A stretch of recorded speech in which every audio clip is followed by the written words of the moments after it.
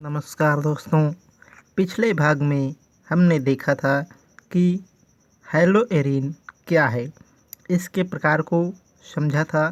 साथ ही साथ हमने समझा था कि हेलोएरिन में जो प्रमुख यौगिक है क्लोरोबेंजीन, उसको हमने विस्तार से पढ़ा था। क्लोरोबेंजीन बनाने की विधियाँ, रासायनिक गुणधर्म, भौतिक गुणधर्म और उपयोग को भी हमने समझा था। लेकिन कुछ रासायनिक गुणधर्म बचे थे जिनका जिक्र आज हम करेंगे। तो आइए हम क्लोरोबेंजीन के शेष गुणधर्मों का अध्ययन करते हैं। देखिए, जब क्लोरोबेंजीन को सोडियम के साथ क्रिया कराते हैं तब क्या होता है। प्रश्न कई बार आता है कि क्या होता है जब क्लोरोबेंजीन को सोडियम और शुष्क ईथर की उपस्थिति में क्रिया कराते हैं। क्लोरोबेंजीन को सोडियम के साथ शुष्क ईथर की उपस्थिति में क्रिया कराते हैं। तो इसका आंसर देखिए, यहाँ पर हम लिखेंगे क्लोरोबेंजीन। ये हमारे पास सूत्र है किसका, C6H5Cl plus 2Na plus C6H5Cl, ये क्लोरोबेंजीन है। अब हमने इतना लिखा। देखिए, इसे हम क्रिया कराएंगे शुष्क ईथर की उपस्थिति में, तो इसे हम गर्म करेंगे। तो होगा क्या, देखिए यहाँ पर बनेगा C6H5 बनेगा। इसका नाम है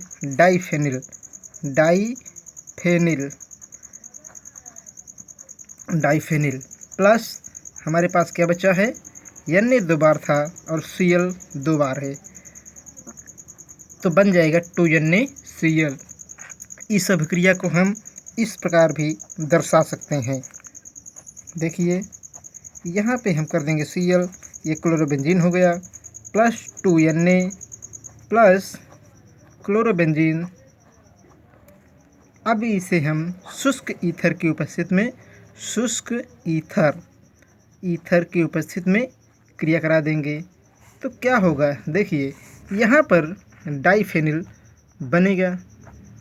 डाइफेनिल को हम ऐसे भी लिख सकते हैं। अब क्या करेंगे, हमारे पास प्लस में बचा है क्या, 2NaCl। तो चाहे आप इस प्रकार लिखें या इस प्रकार लिखें, दोनों रिएक्शन ठीक है। अब आगे हम देखेंगे कि क्लोरोबेंजीन को मेथिल क्लोराइड के साथ क्रिया कराने पर किसके साथ, मेथिल क्लोराइड के साथ क्रिया। देखिए, मेथिल क्लोराइड का सूत्र होता है CH3Cl, तो हम पहले लिखेंगे C6H5Cl, ये क्या है, क्लोरोबेंजीन, प्लस 2Na और लिखेंगे मेथिल क्लोराइड। अब यहाँ पे क्या करेंगे, शुष्क ईथर की उपस्थिति में, ध्यान रहे शुष्क ईथर, तो क्या हो जाएगा, यहाँ पर बनेगा C6H5CH3 प्लस 2NaCl। इसको आप इस रूप में भी कन्वर्ट कर सकते हैं। जैसे यहाँ पे आप कर सकते हैं क्लोरोबेंजीन Cl प्लस क्या करेंगे आप, 2Na प्लस CH3Cl शुष्क ईथर, क्या रहेगा, शुष्क ईथर की उपस्थिति में आप गर्म करेंगे। तो क्या बनेगा, यहाँ पर बन जाएगा बेंजीन, और यहाँ पे लिख देंगे आप CH3। इसका नाम क्या है, यही है आपका टाइलुइन। क्या है, टाइलुइन। ये भी आपका टाइलुइन हो गया, टाइलुइन ये हो गया, प्लस 2NaCl। तो आपने इसको समझा। अब ये अगर आपको समझ में आया है तो आगे हम बढ़ेंगे और पढ़ेंगे क्लोरीन से क्रिया। तो देखिए, क्लोरीन से यदि हम Cl2 से क्रिया, जब इसे हम Cl2 से क्रिया कराएंगे तो क्या होगा, ये तो स्वयं क्लोरोबेंजीन है, Cl मतलब क्लोरोबेंजीन है, इसे हम Cl2 से क्रिया कराएंगे तो क्या बनेगा यहाँ पर इस प्रकार का या इस प्रकार की रचना प्राप्त होगी और इसका नाम जो है, इसका नाम मिलेगा पड़ेगा। देखिए यहाँ पर है क्या, alpha dichlorobenzene, alpha dichloro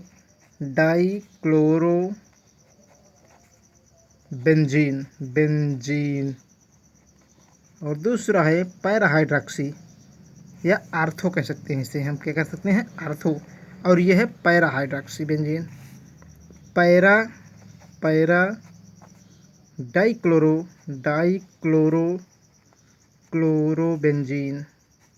benzene, ये आपका हो गया। प्लस क्या निकलेगा यहाँ से, HCl, क्योंकि हम जानते हैं जब रिंग से कोई चीज़ जुड़ता है तो वहाँ से HCl का रिमूव होता है। उसी प्रकार हम देखेंगे यहाँ पर, जब पहले तो हम लिख दें किसके साथ क्रिया कराना है, HNO3 से हम क्रिया कराएंगे तो होगा क्या, देखिए यहाँ पर क्लोरोबेंजीन रहेगा आपका, ये क्लोरोबेंजीन है, इसको आप OHNO2 मतलब HNO3 से क्रिया करा देंगे। H2SO4 की उपस्थित में जब क्रिया करा देंगे तो बनेगा आपका, ये बन जाएगा NO2, यहाँ पे Cl और यहाँ पे NO2। उसी प्रकार यहाँ पे बनेगा Cl और यहाँ पर NO2। इन दोनों का हम नाम देख लेते हैं, इनका नाम क्या है। इनका नाम है, देखिए इसका नाम पहले हम आपको बताएंगे। देखिए आर्थोक्लोरोबेंजीन, आर्थोक्लोरो बेंजीन, ये हो गया। उसी प्रकार ये हो जाएगा पैराक्लोरो, ये वाला P, chloro nitro benzene. Plus क्या निकलेगा यहाँ से देखिए आप, जल के अणु का निष्कासन होता है, प्लस ऐसे प्लस कर देंगे आप और यहाँ से निकल जाएगा क्या, HOH, अर्थात यहाँ ये है आपका निकल रहा है HOH, यानी जल का अणु निकल रहा है। उसके बाद हम देखेंगे किसके साथ क्रिया, H2SO4 से क्रिया, H2SO4 से क्रिया। तो देखिए जब H2SO4 से हम क्रिया कराएंगे तब क्या होगा, यहाँ पर देखिए हम लिखेंगे क्लोरोबेंजीन,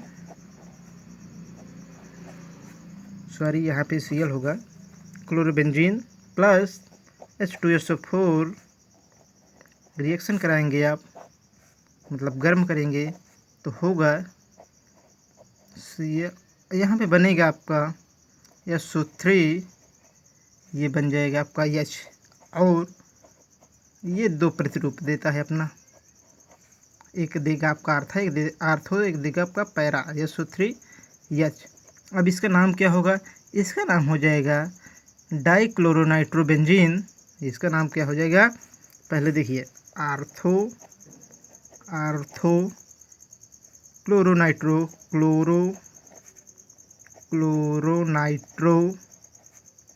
नाइट्रो बेंजीन।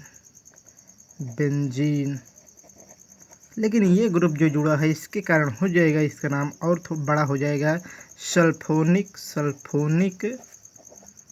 अम्ल, ये हो जाएगा आपका सल्फोनिक अम्ल हो जाएगा। और उसी प्रकार इसका नाम हो जाएगा पैरा क्लोरोबेंजीन सल्फोनिक अम्ल, पैरा क्लोरोबेंजीन सल्फोनिक अम्ल, ये हो जाएगा। तो ये आपने देखा।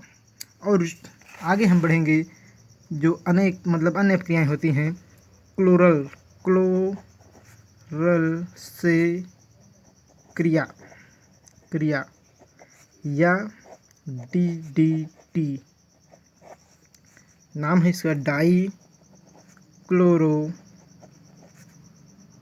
डाइफेनिल ट्राइक्लोरो एथेन, तो नाम देखिए DDT, डाइक्लोरो डाइफेनिल ट्राइक्लोरोएथेन।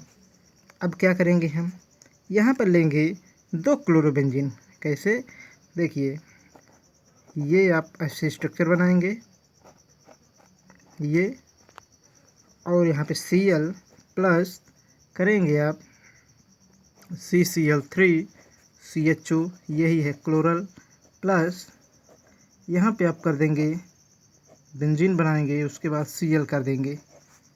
यह प्रक्रम H2SO4 की उपस्थिति में संपन्न होता है।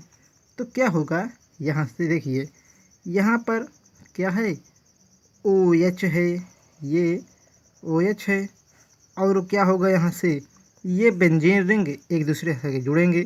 जब जुड़ेंगे तो हम जानते हैं ये हाइड्रोजन निकलेगा, अर्थात यहाँ पे जलकाणु बना लेगा। तो इसके द्वारा जो रचना आपको मिलेगी, पहले तो बेंजीन रहेगा, बेंजीन आपस में आके जुड़ेगा और एक ऐसी बृहद रचना बनाएगा, ये रचना बनाएगा, क्योंकि एक बेंजीन ये था, एक बेंजीन ये था, दोनों ने आपस में आके जुड़े। अब जुड़ने के बाद क्या होगा, यहाँ पे होगा Cl, क्या होगा यहाँ पे होगा Cl, यहाँ पर होगा Cl, यहाँ पर होगा Cl, 3 बार आपने Cl जोड़ दिया, प्लस एक हाइड्रोजन यहाँ पे छिपा रहता है, चाहे आप लिख दीजिए ऐसे, क्योंकि कार्बन है, कार्बन बैलेंस से 4 होती है, 1 2 3 4, प्लस HOH, ये बन गया, जो ये बना है स्ट्रक्चर, यही है DDT, ये हो गया, आपने देख लिया।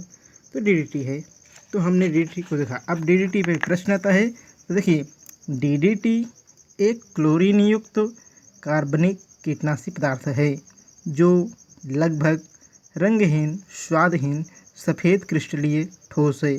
यह जल में अघुलनशील है और यह विलायकों में, अर्थात यह सभी कार्बनिक विलायकों में विलेय है।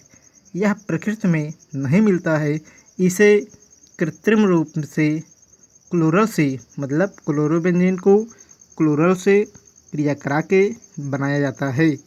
तो हमने इसको देख लिया बनाने के प्रक्रम को। अब देखिए प्रश्न आता है, DDT का पर्यावरण पर प्रभाव क्या है, संक्षेप में समझाइए। DDT का पर्यावरण पर बहुत विपरीत प्रभाव है तथा इसके दुष्परिणाम को देखते हुए कई देशों ने इसके प्रयोग को बंद कर दिया। संयुक्त राष्ट्र अमेरिका का राष्ट्रीय पक्षीबाज इसके प्रयोग से विलुप्त होने की कगार पर पहुंच गया है। कई वैज्ञानिकों ने और कई जगह पर कीटनाशी होने के कारण इसका उपयोग विश्व भर में किया जाता था, लेकिन कुछ समय से इसका प्रयोग बाधित कर दिया गया है। यह बीमारी फैलाने वाले और यह जिस जीव में जाता है उसके सोडियम चैनल को बाधित कर देता है, अर्थात खोल देता है, जिससे तंत्रिका तंत्र की क्रियाविधि रुक जाती है और इस कारण कीट या जीव की मृत्यु हो जाती है। पर्यावरण में इसकी उपस्थिति अति हानिकारक होती है क्योंकि यह मृदा में बिना अपघटित हुए 20 से 22 दिन तक रहता है। तो हमने क्लोरोबेंजीन के द्वारा DDT को देखा। अब हम संक्षेप में देखेंगे कि एथिल ब्रोमाइड क्या है। क्या देखेंगे, एथिल ब्रोमाइड क्या है, इसके रासायनिक और बनाने की विधियाँ को समझेंगे। देखिए एथिल ब्रोमाइड का सूत्र है C2H5Br, ये एथिल ब्रोमाइड है, C2H5Br, ये एथिल ब्रोमाइड है, एथिल ब्रोमाइड, ये एथिल ब्रोमाइड है। अब देखिए इसको हम बनाते कैसे हैं, तो लिखेंगे आप बनाने की विधिया में H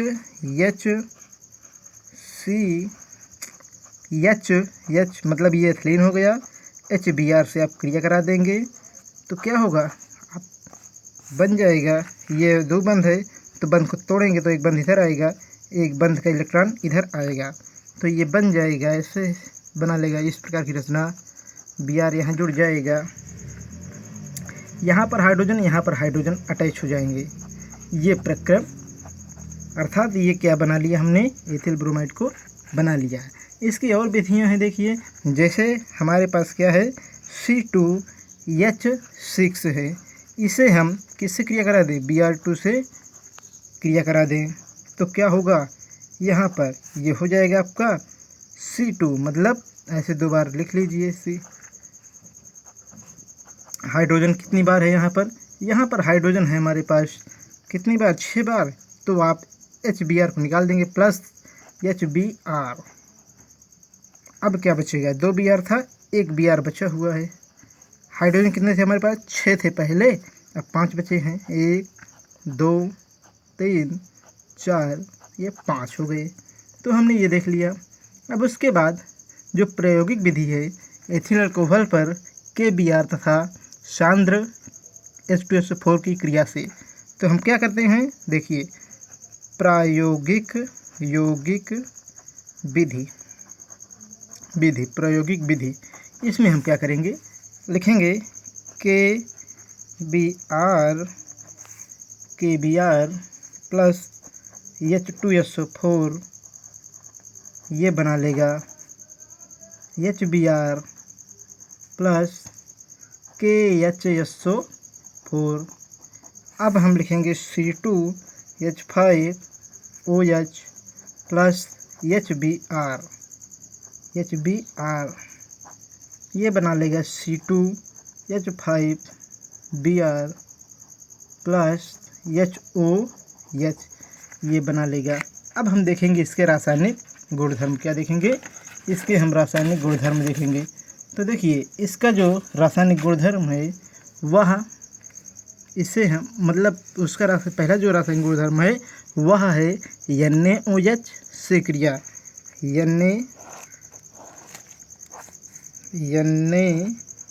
NaOH से क्रिया।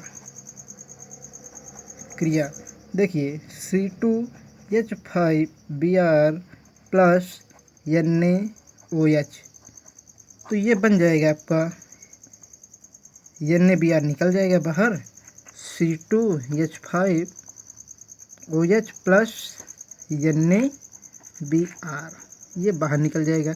उसी प्रकार देखिए AgCN से क्रिया, NaCN से, देखिए AgCN तथा NaCN से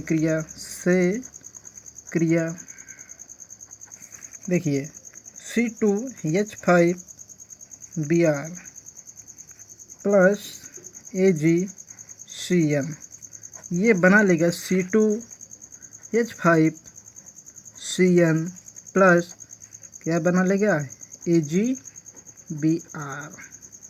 उसी प्रकार इसे हम देखते हैं NaCN वाला, C2H5Br प्लस NaCN बना लेगा C2H5, क्या होगा यहाँ पर, CN प्लस NaBr,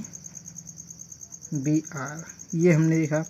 अब हम देखेंगे किसके साथ क्रिया, यहाँ पर हम देखेंगे KSH के साथ क्रिया, और साथ ही साथ हम देखेंगे सिल्वर एसीटेट से क्रिया, KSH तथा CH3COOAg से क्रिया। तो देखिए हम इसके साथ कैसे क्रिया देखेंगे, यहाँ पे होगा हमारे पास जो हम लिखेंगे C2H5Br प्लस KSH, तो यहाँ पे इतने भाग बाहर चले जाएंगे, जब बाहर चले जाएंगे तो बचेगा हमारे पास C2H5SH